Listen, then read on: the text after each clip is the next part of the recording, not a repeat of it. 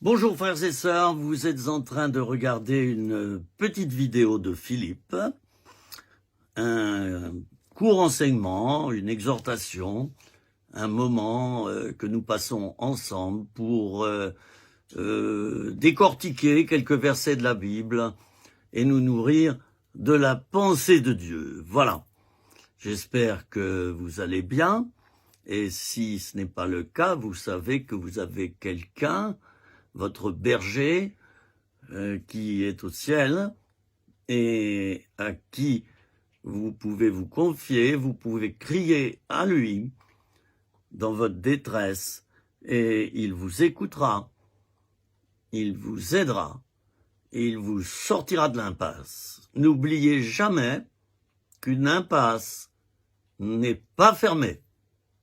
Certains vont dire, comment ça? Non, une impasse, c'est pas fermé. Il y a une ouverture par le haut.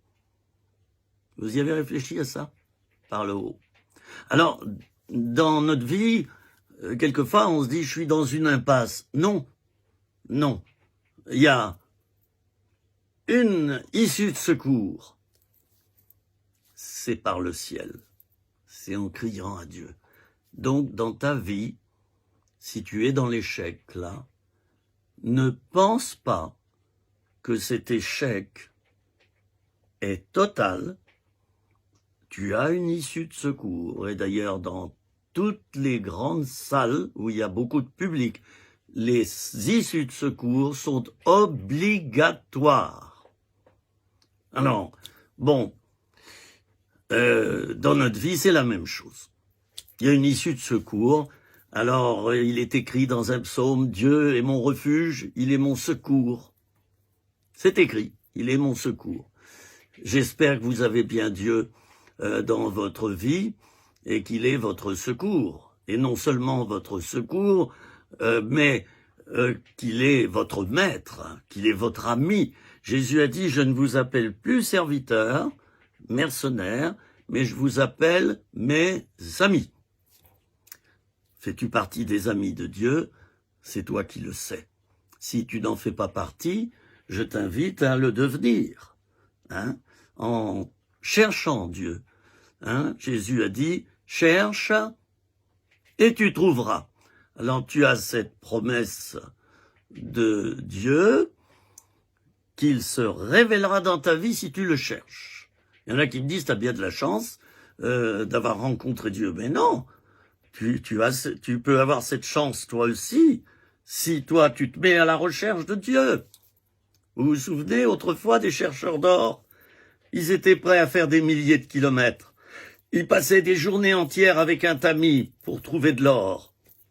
Et quelquefois, pendant un mois, ils n'en trouvaient pas, puis ils tombaient sur une pépite.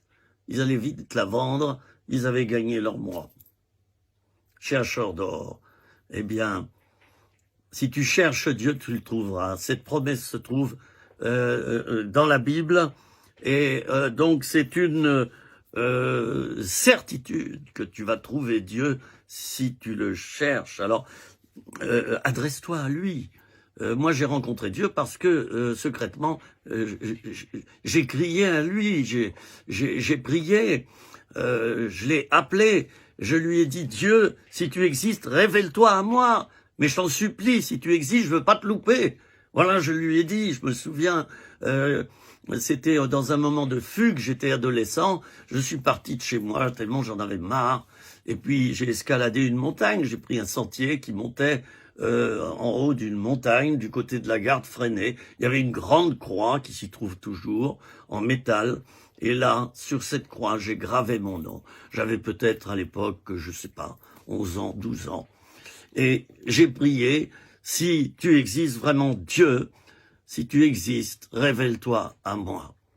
Révèle-toi à moi. Jésus, si vraiment tu es mort sur la croix, à Golgotha, tu es mort et ressuscité, si tu es vivant, révèle-toi à moi, je t'en supplie. Vous voyez, c'était important pour moi.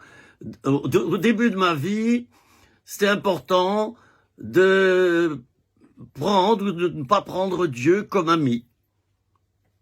C'est au début de ma vie que j'ai voulu le faire, pas à la fin. Pourquoi attendre? si Dieu existe, eh bien, et qu'on peut le rencontrer jeune, c'est encore, quand on est jeune, donc c'est encore le mieux. Alors, je voudrais parler de, maintenant, dans l'évangile de Matthieu, chapitre 7, je voudrais que nous lisions ensemble, à partir du verset 15, c'est Jésus qui s'exprime. Gardez-vous des faux prophètes. Ils viennent à vous en vêtements de brebis, mais au-dedans ce sont des loups ravisseurs. Vous les reconnaîtrez à leurs fruits. Cueille-t-on des raisins sur des épines ou des figues sur des chardons? Tout bon arbre porte de bons fruits, mais le mauvais arbre porte de mauvais fruits. Un bon arbre ne peut porter de mauvais fruits, ni un mauvais arbre porter de bons fruits. Tout arbre qui ne porte pas de bons fruits est coupé et jeté dehors. C'est donc à leurs fruits que vous les reconnaîtrez. Les faux prophètes, sous-entendu, hein.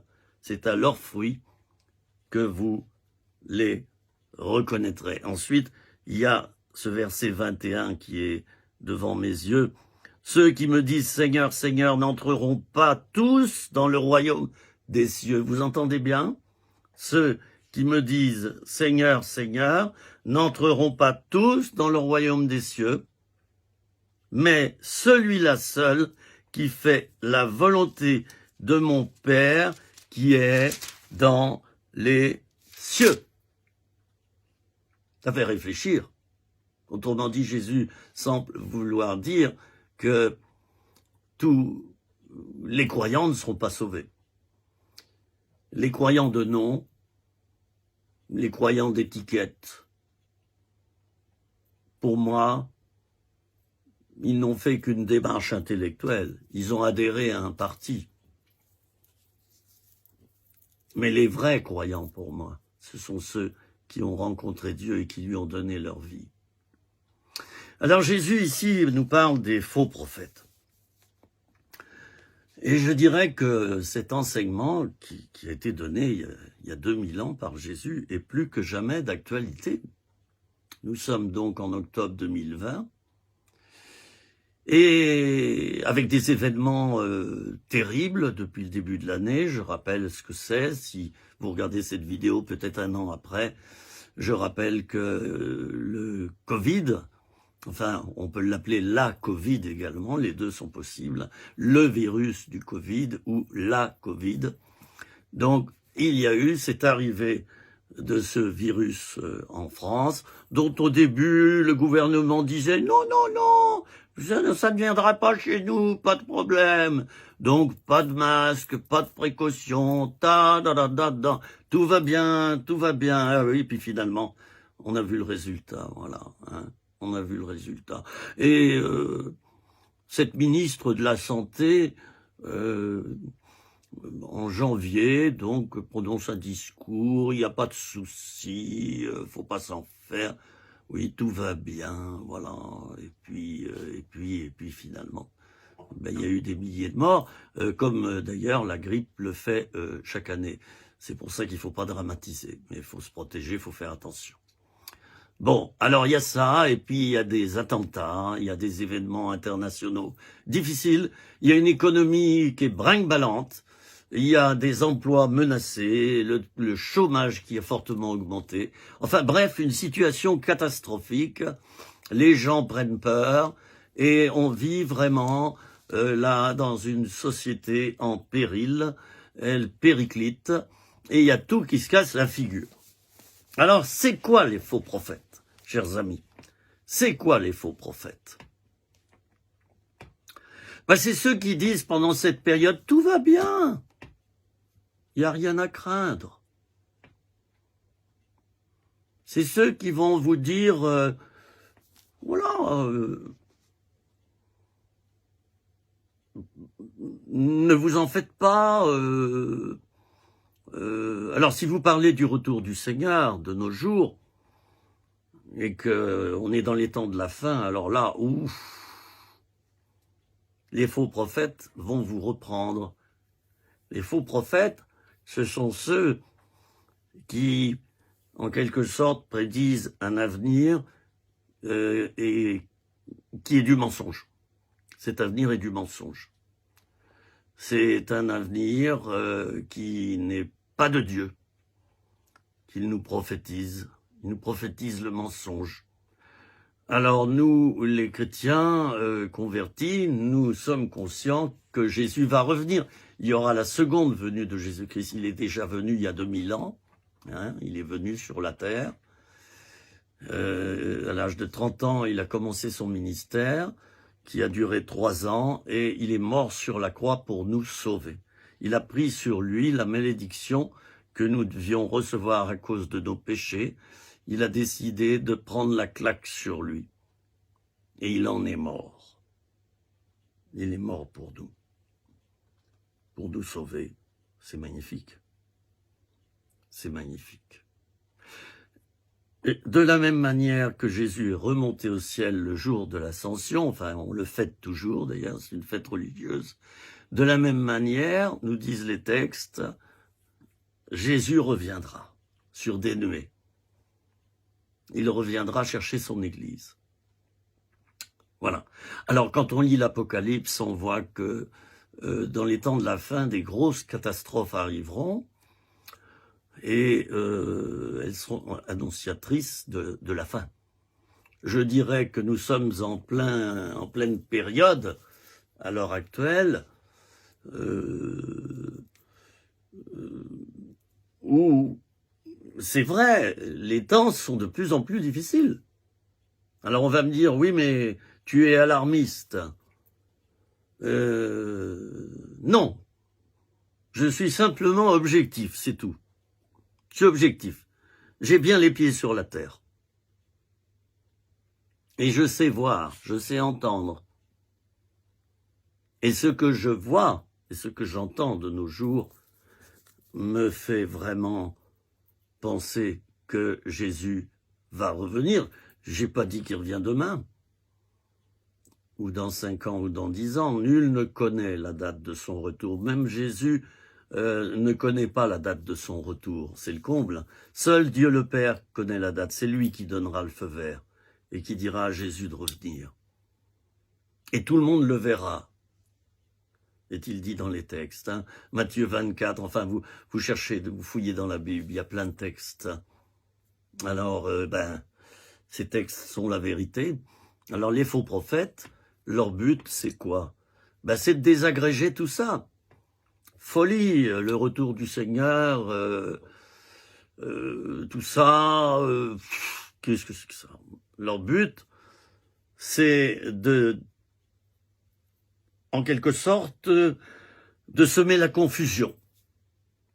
Voilà. Semer la confusion et bien d'annuler simplement la parole de Dieu, quoi, hein, de nous, en quelque sorte, de nous faire croire que la parole de Dieu n'est pas vraiment la vérité. Les faux prophètes, il y en a partout. Il y a d'abord les non-croyants qui, bien sûr, ne croient pas ce qui est écrit dans la Bible. Alors, ils sont faux prophètes sans le savoir. Et là, je ne les juge pas. Hein, mais sans le savoir, ce sont des faux prophètes. Ils nous disent que Dieu n'existe pas, et ils nous disent qu'on est des fous, des illuminés, qu'on est une secte, etc. Enfin, tout ce qu'on peut entendre, si de nos jours, le mal est appelé bien et le bien est appelé mal. Alors, c'est quelque chose d'assez terrible quand même. Nous vivons dans une période où les chrétiens sont pris pour des malfaiteurs. D'ailleurs, on les assassine. Dans certains pays que je ne nommerai pas, on les assassine. On pille leurs biens, on met le feu à leurs maisons. De nos jours, ça se produit toujours. Et puis, ils sont persécutés. Alors, c'est incroyable. Ceux qui font le bien de nos jours sont pris pour des malfaiteurs. Et ceux qui font le mal sont élevés à la télévision vous vous apercevrez de quoi? Eh bien, que le plus gros salaire va au présentateur le plus exécrable, le plus sale. J'allais dire le plus cochon. Mais c'est la vérité. C'est lui qui fait de l'audimat. C'est lui qui attire le maximum de gens sur l'antenne. Alors, il est payé très cher. Mais quels sont ses procédés? Ses procédés, ben, c'est pas de parler du bien. C'est pas d'attirer les gens vers le bien, mais plutôt vers le mal. Ces présentateurs, ces animateurs, font que la morale est piétinée, le christianisme est piétiné, il est moqué, et donc, eh bien, c'est assez terrible. C'est assez terrible cette période. Elle est très très difficile. Et il y a un tri en ce moment entre les vrais chrétiens et les faux chrétiens. Je suis désolé, il y a des faux chrétiens. Il y a des vrais chrétiens et des faux chrétiens. Il y a un tri. Et ça, je l'avais dit déjà il y a un an, il y a plus d'1 an. Préparons-nous à un tri. Et il y a la parabole de l'ivraie dans la Bible. Jésus utilise la comparaison avec un champ de blé dans lequel un ennemi est passé la nuit et a jeté de l'ivraie. L'ivraie, c'est de la mauvaise herbe. Voilà. Alors, à l'heure actuelle, il y a un mélange entre l'ivraie et le bon grain. Le bon grain, c'est le chrétien fidèle. Du moins, il essaye de l'être le plus possible. Ça, c'est le bon grain. Et le mauvais grain, eh bien, c'est celui qui n'est pas fidèle à Dieu, qui se moque de Dieu, qui fait tout pour, en quelque sorte, ne pas suivre le bien, le droit, le juste, le moral. Eh oui, c'est le rôle de Satan que d'attirer les gens vers le mal. Satan est le père du mensonge, n'oublions pas. Il est appelé comme cela dans la Bible, le père du mensonge. Et que se passe-t-il à l'heure actuelle? Vous avez remarqué que tous les médias mentent. Je n'ai jamais vu de ma vie, je n'ai jamais vu autant de mensonges traverser nos médias. Les grandes chaînes d'information nationale mentent constamment sur tout. Elles transforment les informations et les informations sont tournées de telle sorte que on adore une politique, celle du président de la République qui a été, je le rappelle de nos jours, élu avec 20% des voix des Français, n'est-ce pas? Voilà. Alors bon, voilà. Alors il y a son programme.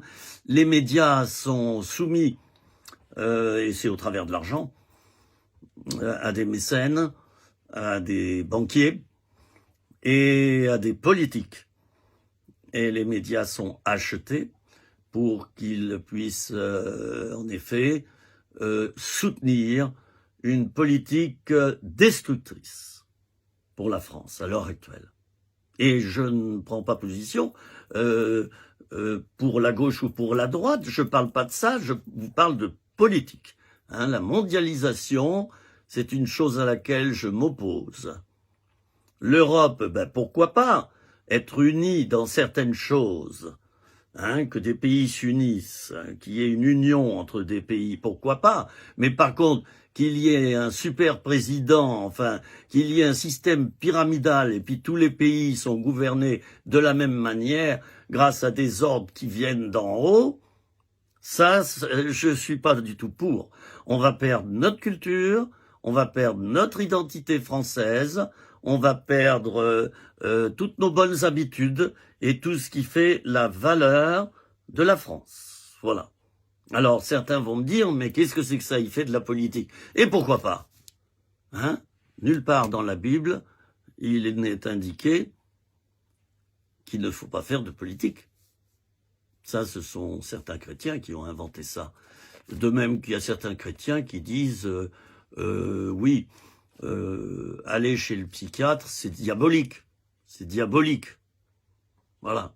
Alors, bon, la relation d'aide, c'est diabolique. Se laisser guérir intérieurement, non, ça sert à rien. Dieu nous a transformés à notre conversion, toutes choses sont devenues nouvelles. Voilà. Alors tout ça, ça circule. Et moi, je dirais que toutes ces idées sont à classer dans le faux prophétisme. Hein. Nous allons droit dans le mur. Alors les faux prophètes, bien sûr, ils n'ont pas d'étiquette. C'est pas marqué faux prophète ici. Un faux prophète, ça peut être un chrétien, un non-chrétien. Vous voyez, enfin, ça peut être n'importe qui. C'est quelqu'un qui, sous des couverts religieux, sous des apparences de bonté et d'humanisme, introduit des fausses doctrines. En général, elles sont anti-bibliques. Elles sont opposées à l'enseignement de la Bible. Et c'est ainsi que le royaume de Satan, petit à petit, s'établit grâce à eux. Grâce à eux. Alors moi, il y a 2 ans, j'ai commencé à prévenir sur mon compte, je dirais pas lequel, j'ai un compte au niveau des réseaux sociaux, et sur ce compte, j'ai commencé à prévenir les gens. Et j'ai dit, attention, des événements graves arrivent. Et tous les mois, j'ai fait un rappel sur mon compte qui est assez regardé par les gens. Et j'ai dit, faites des provisions de nourriture. Ayez une trousse d'infirmerie pas loin de la porte. Faites des réserves de nourriture. Achetez-vous des piles. Ayez une radio qui fonctionne sur pile. Faites des réserves d'eau. Parce que des événements graves vont arriver. Alors, je ne savais pas lesquels, mais Dieu m'avait montré vraiment que des choses épouvantables allaient arriver. Elles sont arrivées, les amis. On reconnaît un vrai prophète, et je ne m'étiquette pas comme ça. Simplement, j'obéis à Dieu et je fais ce qu'il me demande, c'est tout. Je ne me mets pas une étiquette. Mais on reconnaît le vrai prophète, pardon. On le reconnaît au fait que ce qu'il dit s'accomplit, je dirais en gros, hein, grosso modo. C'est l'expression. C'est à cela qu'on reconnaît un vrai prophète. Il annonce des choses à venir, et ces choses se réalisent. Quelquefois, elles ne se réalisent pas. Pourquoi? Parce que Dieu a changé ses plans, ou parce que des êtres humains qui sont des hommes clés au niveau politique, du moins au niveau décisionnel, se sont repentis. Enfin, vous voyez, la Bible est claire là-dessus. On voit que quelquefois Dieu change de décision brusquement à cause du comportement des hommes. Bon, enfin, en tout cas, on reconnaît les faux prophètes, dira Jésus, à leurs fruits. À leurs fruits. Voilà. Et moi, quand j'ai commencé à dire qu'il y aurait des événements terribles qui vont arriver, je me suis fait traiter de tous les noms. Alors, ben oui, j'ai réveillé les faux prophètes. Vous voyez? J'ai réveillé les faux prophètes qui se sont mis à me contester, à devenir méchants contre moi, à mettre des commentaires méchants, des commentaires mensongers, violents, brutaux. Et il y a tout un réseau dormant, là, qui s'est réveillé. C'est le réseau des faux prophètes. Ben oui, qui s'oppose à quoi? Eh bien, aux prophéties bibliques, tout simplement. Les prophéties bibliques, hein. Vous avez donc le livre de l'Apocalypse, là, vous voyez, je suis dedans, hein. Jésus revient, vous voyez, Apocalypse 22, hein, et voici, je viens bientôt. Heureux celui qui garde les paroles de la prophétie de ce livre. Voilà. Vous voyez, ça c'est Apocalypse 22, verset 7. Hein. Vous voulez vous tenir informé au sujet de la fin des temps? Lisez l'Apocalypse, lisez Matthieu 24. parcourez les livres bibliques et vous verrez que la première venue de Jésus-Christ a été prophétisée longtemps à l'avance, et sa seconde venue a été prophétisée longtemps à l'avance. Et à l'heure actuelle, les vrais prophètes, c'est-à-dire ceux qui prophétisent les choses de Dieu qui vont arriver, eh bien, ils sont en pleine action en ce moment. Ben oui, parce que les événements mondiaux sont là et ils doivent les commenter, prendre position et en quelque sorte être des guides pour le peuple de Dieu. J'ai pas dit être des maîtres, des maîtres à penser, non, mais être des guides, des poteaux indicateurs. Ils doivent guider le peuple de Dieu, ils doivent dire au peuple de Dieu de se préparer, de prier, de veiller et de prier. La parabole des vierges folles et des vierges sages, elle est explicite par rapport à cela. Donc de nos jours, où les événements que je qualifierais d'apocalyptiques, enfin du moins ils commencent à en prendre la forme, je n'ai pas dit qu'on est en pleine apocalypse, mais on est depuis le début de l'année 2020, on est dans une précipitation d'événements qui sont plutôt catastrophiques, qui sont assez terribles. Et ceci, bien sûr, quand on examine la Bible, ça nous fait penser à la fin des temps. Mais il faut le dire. Et pourquoi en avoir peur, d'ailleurs? Si on a donné notre vie au Seigneur, si vraiment on vit comme le dira l'auteur de l'Épître aux Colossiens, si notre vie est cachée avec Christ en Dieu, que craignons-nous? Nous pouvons en parler de cette fin des temps. Alors, cette fin des temps, elle est contestée par les faux prophètes. Vous en avez plein qui vont dire « Mais non, on va se relever, c'est pas un problème, c'est des cycles. » Mais allez, mais qu'est-ce que c'est que ça, espèce de complotiste? Qu'est-ce que c'est que ça, prophète de malheur? Tous les vrais chrétiens, les chrétiens authentiques, enfin bon, qui font le mieux possible pour être authentiques, ils sont pas parfaits. Mais les chrétiens authentiques, on les reconnaît à leurs fruits. Ils portent du bon fruit. Un bon arbre porte du bon fruit. Jésus le dit là dans cette parole de Matthieu, chapitre 7, à partir du verset 15. Un bon arbre porte du bon fruit. Un mauvais arbre porte du mauvais fruit. Et puis Jésus dira, un bon arbre ne peut porter de mauvais fruits, et un mauvais arbre porter de bons fruits. Les faux prophètes, je suis désolé, ils portent des mauvais fruits.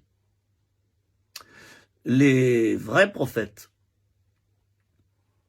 vont prophétiser la pensée de Dieu. Les faux prophètes vont prophétiser la pensée des hommes et la pensée de Satan. Et là, c'est encore plus grave. C'est encore plus grave. Alors, des faux prophètes, en ce moment, ça pullule. Je dirais qu'on peut y classer les médias dedans, en ce moment. Ces faux prophètes qui font peur, qui ne font que mentir, c'est ça. Et qui s'opposent, ce sont des christianophobes, s'opposent à la foi chrétienne. Et quelquefois, ils sont déguisés, ce sont des loups déguisés en brebis. Il faut faire attention. Parce que certains chrétiens qui ne sont pas affermis et qui ne sont pas fondés sur la parole de Dieu, je dirais qu'ils ne sont pas convertis, en termes, j'allais dire, quand on est du métier, c'est pas un métier, mais quand on est un professionnel de la foi, si je puis dire. Eh bien, donc, quand on a ce discernement du chrétien authentique, eh bien, on reconnaît les fruits des faux prophètes. C'est quoi? C'est donc le mal, la terreur, la peur, le mensonge, la division.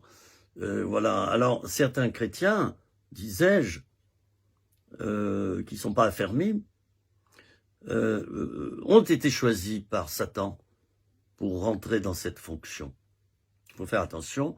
Et là, quand c'est un pasteur, et ça existe, je vous mets en garde, ça existe. Je ne vais pas faire plaisir à tout le monde là en disant ça. Quand c'est un pasteur, c'est rare, mais ça existe. Il faut faire doublement attention. Doublement attention. Moi, quand j'ai mis sur mon compte, le compte du réseau social auquel j'appartiens, quand j'ai mis que Jésus allait revenir, bien sûr, je n'ai pas indiqué de date ni de quoi que ce soit, mais j'ai dit, quand j'ai annoncé qu'on allait vivre des événements très difficiles, je me suis fait insulter par qui, s'il vous plaît, en premier, dans les commentaires? Par qui? Par certains pasteurs qui m'ont traité de tous les noms, qui ont mis des paroles méchantes dans les commentaires. Curieux, c'est comme s'ils étaient jaloux. Ah oui, il y a l'esprit du diable qui est caché en eux, voilà, qui s'est réveillé et qui s'est mis à prophétiser le mensonge. Le faux prophète, il donnera toujours une pensée opposée à celle de Dieu. C'est tout. Donc il porte un mauvais fruit. Alors les fruits, c'est l'amertume. Quand on est en présence d'un faux prophète, on se sent pas bien. On a un malaise. On a un malaise. On se dit, tiens, c'est curieux. On sent une confusion au niveau de nos pensées. On a du mal à prier. On a du mal à se concentrer. Et on se dit, il y a quelque chose qui ne va pas là, chez cette personne. Puis en l'écoutant, au bout d'un moment, hop, tout à coup, on discerne le mauvais fruit de cette personne. Vous voyez? C'est au fruit qu'on reconnaît les faux prophètes, au fruit. Pas à l'apparence, parce les faux prophètes ont, quelquefois, pardon, j'ai donné un coup de pied dans mon pied de caméra. Les faux prophètes, quelquefois, ils ont l'air très chrétiens. Hein. Ils ont l'air très chrétiens. On leur donnerait le bon Dieu sans confession. Et vous vous souvenez du temps d'Élie, le prophète, il y avait des prophètes, il y avait deux camps, il y avait les prophètes de Baal et il y avait les prophètes d'Astarté. Et Élie les a confondus. Un vrai prophète, c'est dans sa mission que de confondre, que de dévoiler les faux prophètes. Et il va avoir des ennemis. Le vrai prophète, celui qui a le ministère de prophète, il va avoir des ennemis. Ça ne plaît pas, sa parole ne plaît pas. D'ailleurs, dans l'Ancien Testament, les grands prophètes ont vécu une mort terrible. Et ils ont été éprouvés. Il y en a un qui a été jeté dans un puits. Le prophète Daniel a été jeté dans la fosse aux lions. Joseph, qui était vraiment un prophète authentique, qui était d'ailleurs l'image de Jésus-Christ. C'était comme une représentation de Jésus-Christ. Il a été vendu par ses frères. Ils ont cherché d'abord à le tuer, puis ils ont décidé de pas le tuer. Ils l'ont vendu à une caravane d'Ismaélites. Et ensuite, une deuxième fois, Joseph a été vendu donc à Potiphar, officier de Pharaon, etc. Puis ensuite, Joseph a dû vivre la prison. Il a été accusé faussement de viol. Faussement, parce qu'il n'avait pas violé la femme de Potiphar. Je cherche mon mot là, j'allais dire, le vrai prophète peut terminer en martyr. En tout cas, il va être assaisonné pire qu'à la sauce moutarde. Hein. il va être assaisonné bien comme il faut, critiqué, traîné dans la boue. Un vrai prophète est peu fréquentable. Il n'est pas aimé. Parce que justement, il dit la vérité. Et vous aurez remarqué que dans ce monde, tous ceux qui disent la vérité, tous ceux qui sont vrais sont persécutés, qu'ils soient chrétiens ou non d'ailleurs. Tous ceux qui sont vrais et qui marchent dans la vérité, on les traîne dans la boue. On les traîne dans la boue. Ah oui, parce que pour ce monde, être quelqu'un de bien, c'est être quelqu'un qui vit dans la luxure, dans la richesse, dans l'égoïsme, dans la fausseté et le mensonge, n'est-ce pas? D'ailleurs, en politique, on ne peut aboutir pratiquement, presque toujours, que si on a ce profil. Il y a des exceptions. Et ça, c'est super. Et superbe. Il y a des exceptions. Alors, chers amis, je suis à la fin de cette petite vidéo. On a parlé des faux prophètes et des vrais prophètes. Les vrais prophètes, on le voit, je fais une synthèse, au fait qu'ils portent du bon fruit, un fruit qui est doux, un fruit qui se réalise, un fruit existant, un fruit qui est réel, qui est constructif, reconstructeur, mais qui peut aussi comporter, j'allais dire, que le fruit peut être un mélange d'avertissement, de mise en garde, aussi bien que d'encouragement.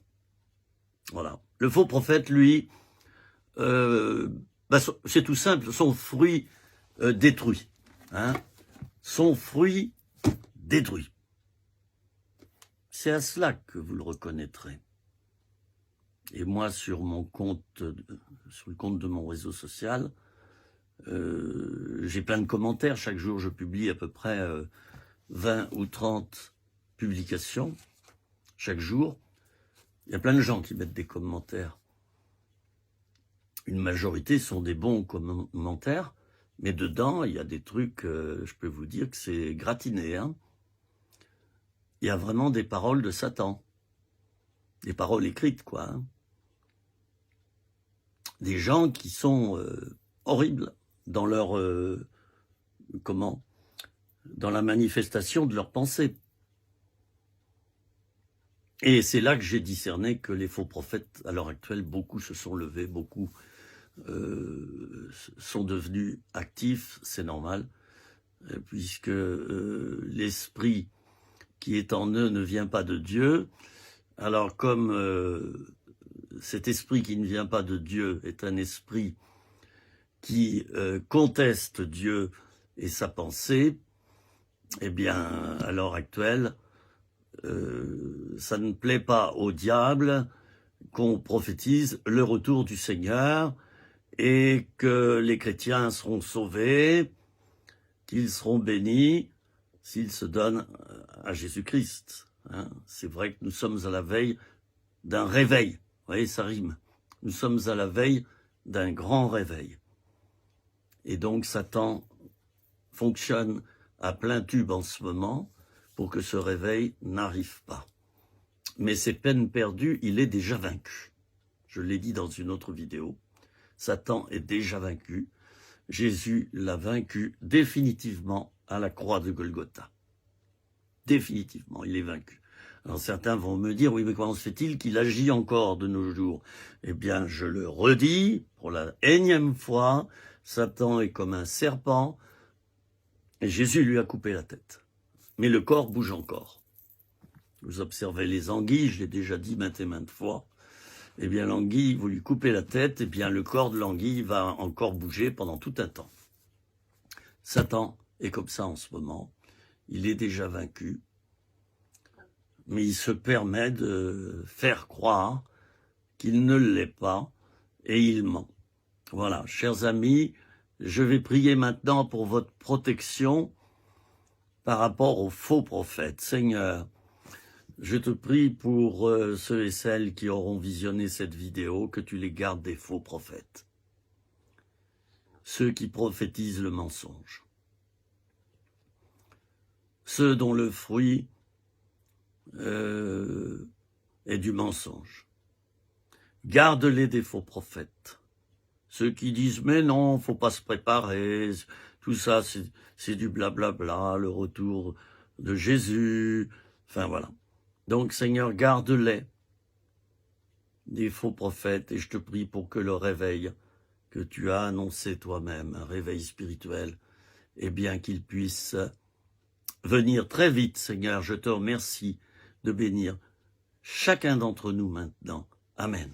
Voilà, mes amis, je vous dis à bientôt pour une nouvelle petite vidéo sur un autre thème. À bientôt.